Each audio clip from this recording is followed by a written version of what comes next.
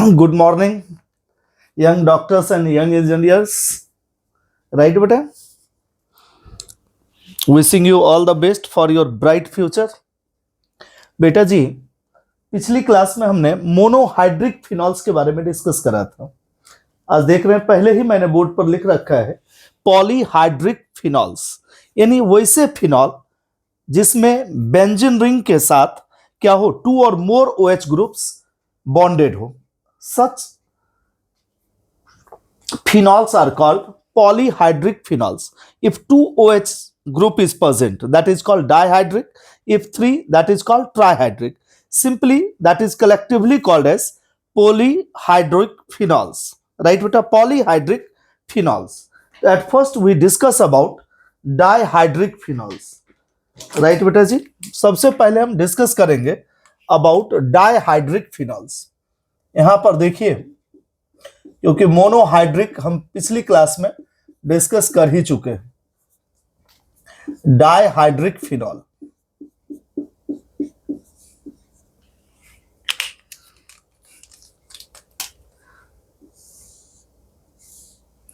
यहां पर देख बेटा,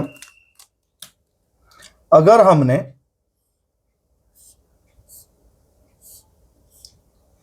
ये देख रहे हैं 2 OH ग्रुप लगा दिया। याद है, मैंने आपको पिछली क्लास में भी डिस्कस करा था, जो पैरा के रिस्पेक्ट में हम दूसरे ग्रुप को देखते हैं जो वो कहां पर है। ठीक है, यहां पर सपोज कोई भी पैरा हो जा सकता है। यहां मान लें हम दिस वन इज पैरा, इसके जस्ट बगल वाला यानी कंधे वाला पोजीशन आपका क्या कहलाएगा, देख रहे हैं, दिस इज कॉल्ड ऑर्थो। और नीचे से ऊपर यानी दिस पोजीशन मेटा, और ये वाला पोजीशन अगेन क्या कहलाएगा, पैरा। तो बेटा जी, under the common name of it, इसको हम क्या बोलेंगे, कैटिचॉल। कैटिचॉल, या बेटा इसी को हम बोलेंगे di hydroxy benzene. Di hydroxy benzene.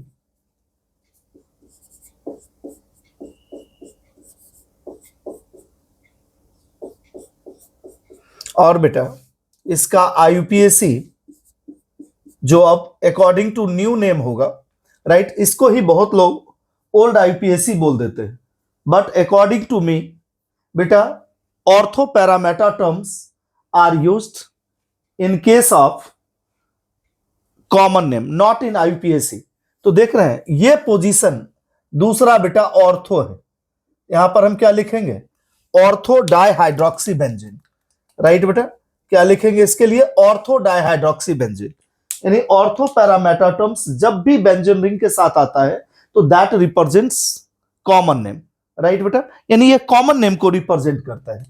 और इसका IUPAC क्या हो जाएगा बेटा, बेंजीन 1,2 डायॉल, क्योंकि दोनों OH group are on adjacent carbon atom. और यहां बेटा D कॉन्सोनेंट है, so before it we put vowel, तो ये क्या हो जाएगा, बेंजीन 1,2 डायॉल। क्लियर है बेटा, आपको बता ही चुका हूं ये D क्या है बेटा, consonant, so before it we put vowel. Clear है।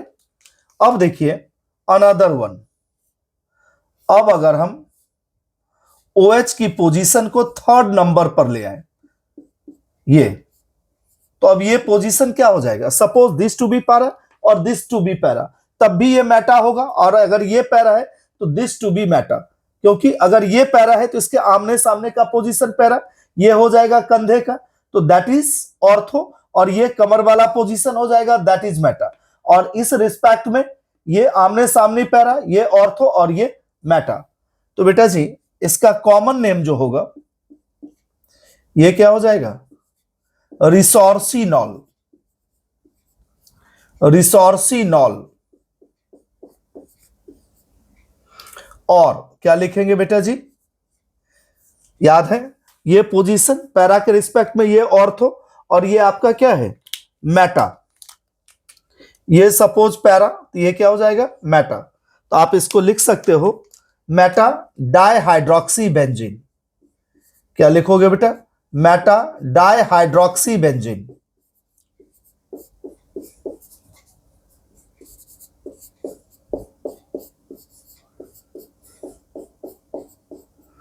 और इसी को बेटा आईयूपीएसी में क्या लिखेंगे आप? Benzene 1,3 diol.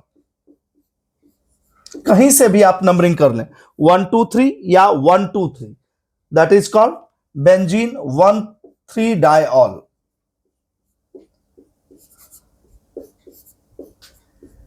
क्लियर है बेटा जी? Any doubt about it? अब नेक्स्ट ले रहे हैं पोजीशन। यहां बेटा 1 और 4 यानी आमने सामने का पोजीशन, यानी पैरा के रिस्पेक्ट में पैरा पर ही OH है। तो अब आपको समझ में आ गया होगा, इसको हम क्या लिखेंगे बेटा? एक तो देख रहे केटिचॉल, रिसोर्सिनॉल, और इसको हम क्या बोलते हैं? क्विनॉल। क्या बोलते हैं बेटा? क्विनॉल। क्लियर है? इसको लिख भी लीजिए आप लोग।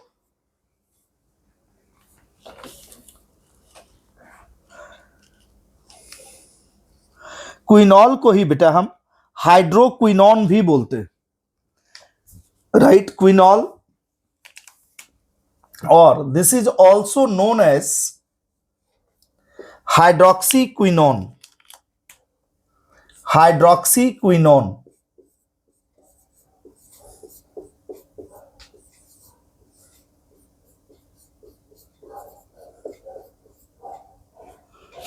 और इसको क्या लिखोगे बेटा जी? Para dihydroxy benzene. Para dihydroxy benzene.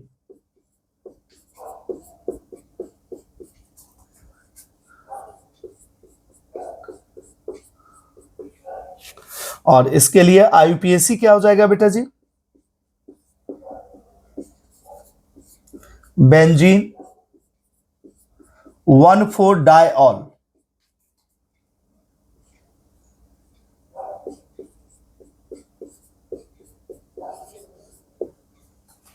Clear है? इसको नोट कर लीजिए, फिर हम ट्राइहाइड्रिक फिनॉल्स के बारे में डिस्कस करेंगे।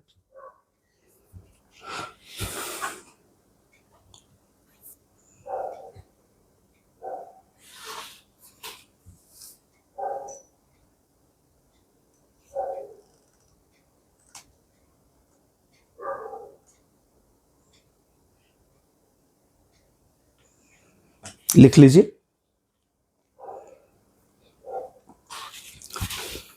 और जैसा कि आप जानते हैं, under the banner of toppers 20 बेटा मैं online offline chemistry class provide करता हूं, and this is my mobile number and my self is CBKD। C stands for chemistry and BKD is teachers code for me in the reputed coaching institutes of the country.